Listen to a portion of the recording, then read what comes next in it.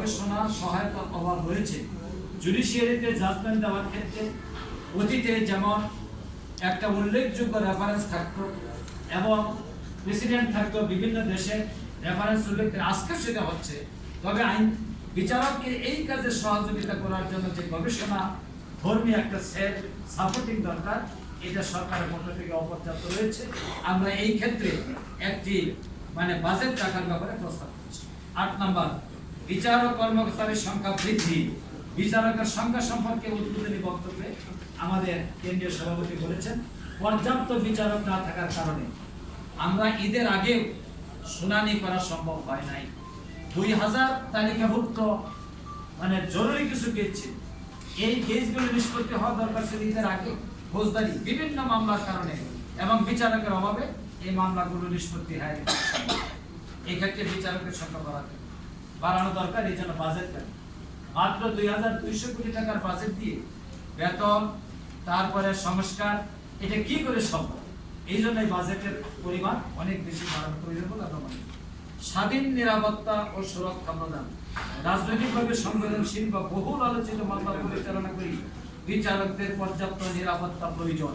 অনেক মামলা পলিটিক্যাল কারণে বিচারকগণ বিব্রত বোধ করার কারণ, নেপথ্য কারণ হচ্ছে তার থ্রেট আসতে পারে এবং বিভিন্ন ধরনের নিরাপত্তাহীনতার ঝুঁকির সম্মুখীন হতে পারে। এই ক্ষেত্রে রাষ্ট্রকে সবচেয়ে বেশি গুরুত্ব দিয়ে এই সুরক্ষা এবং নিরাপত্তার ব্যবস্থা করতে হবে বিচারকদের জন্য।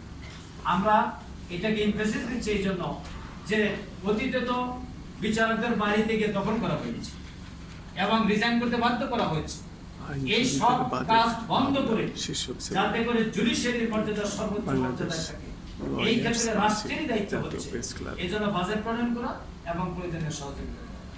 10 নম্বর, একটি বিচার বিভাগের সংস্কার ও কর্মদক্ষতা তহবিল থাকা দরকার। দাতা সংস্থার প্রকল্প বা নির্বাহী অনুমোদনের উপর নির্ভর না করে সংস্কার বাস্তবায়নের জন্য বিচার বিভাগের নিজস্ব সম্পদ থাকা উচিত। বাংলাদেশের বিচার বিভাগের নিজস্ব সম্পদ আছে বলে আমার জানা নেই।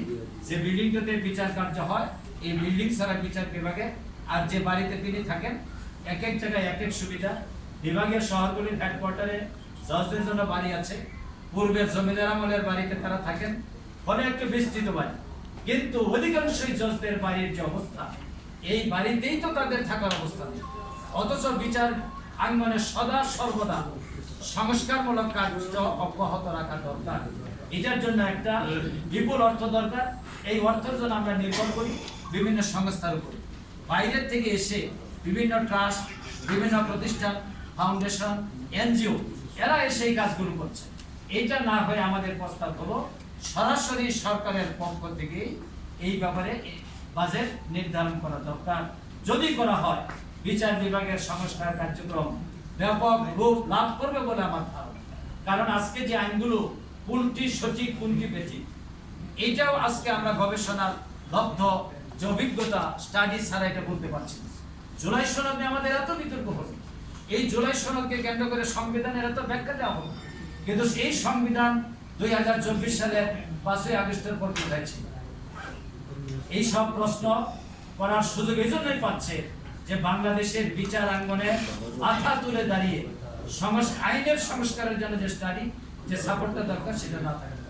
আমরা আশা করি এই ব্যাপারে বাজেট প্রণয়নে যারা আছেন তারা এই পয়েন্টের লাস্ট হচ্ছে 11 নম্বর, আইন ব্যবস্থার অপব্যবহার রোধ করার জন্য আমরা বাজেট প্রণয়নের প্রস্তাবনা রাখছি। এক্ষেত্রে আমরা বলেছি বাংলাদেশে মামলা মোকদ্দমা অত্যন্ত সস্তা এবং এটি তুচ্ছ মামলাকে উৎসাহিত করে। একটা থাপ্পড় দেওয়ার পরে সে মামলা করার জন্য চলে যাচ্ছে। থানাগুলো এত সহজ, শুধুমাত্র পলিটিক্যাল ইনভলভমেন্ট থাকলে প্রতিপক্ষের বিরুদ্ধে মামলা নিয়ে নিচ্ছে। তুচ্ছ ঘটনাকে কেন্দ্র করে মামলাকে উৎসাহিত করা, কিন্তু রাইট নষ্ট হয়ে যাচ্ছে। এই রাইটের এগেইনস্টে প্রতিকার পাওয়ার জন্য মামলা করার সাহস। এই যে একটা কারেজিয়াস ভূমিকা রাখার ক্ষেত্রে কমতি আছে, এই কমতিটা যদি আমরা দূর করতে না পারি, জাতি হিসেবে আমরা অনেক পিছিয়ে যাই।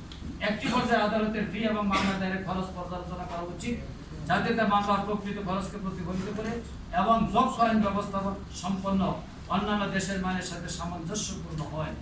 এটা হলো আমাদের কথা। সর্বশেষ কনক্লুশনে আমরা যে কথাটা বলতে চেয়েছি, মূল বিষয়টি শুধু বিচার বিভাগের জন্য কত টাকা বরাদ্দ করা হচ্ছে এটা আমাদের বিবেচ্য বিষয় নয়। বিবেচ্য বিষয় হলো এই টাকাটা কারা নিয়ন্ত্রণ করছে, কোন কর্তৃপক্ষ এটা নিয়ন্ত্রণ করছে। এই কর্তৃপক্ষের ব্যাপারে আমাদের বক্তব্য। আমরা বলছি যে এই কর্তৃপক্ষ হবে জুডিশিয়ারি, পৃথক সচিবালয়ের মাধ্যমে এটা কন্ট্রোল। সুতরাং এই বাজেট কত টাকা তার চেয়ে ওই গুরুত্বপূর্ণ বিষয়টি আসন্ন বাজেট অধিবেশনে সরকারকে সুরাহা করতে হবে। এটা বাজেট প্রস্তাবনার আলোচনার একটি গুরুত্বপূর্ণ বিষয়। এরপর আমরা বলেছি যে বিচার বিভাগ তার কর্মী নিয়োগ, অবকাঠামো, পদোন্নতি এবং অর্থের জন্য নির্বাহী বিভাগের উপর নির্ভরশীল, তা সম্পূর্ণরূপে স্বাধীন হতে পারে না।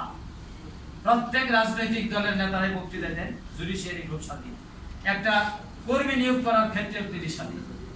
তার জন্য দরকার একজন পেয়াদা, একজন পিয়ন, এটার জন্য তিনি স্বাধীন না। বিচার করার ক্ষেত্রে তিনি স্বাধীন হলেন কেন?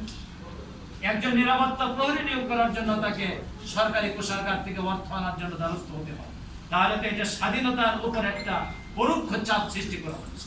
আমি তোমাকে অর্থ দিচ্ছি, আমি তোমাকে সাপোর্ট দিচ্ছি, নিরাপত্তা দিচ্ছি, বাসস্থান দিচ্ছি, বেতন দিচ্ছি, আর তুমি এর মধ্যে স্বাধীনতা বজায় রাখো।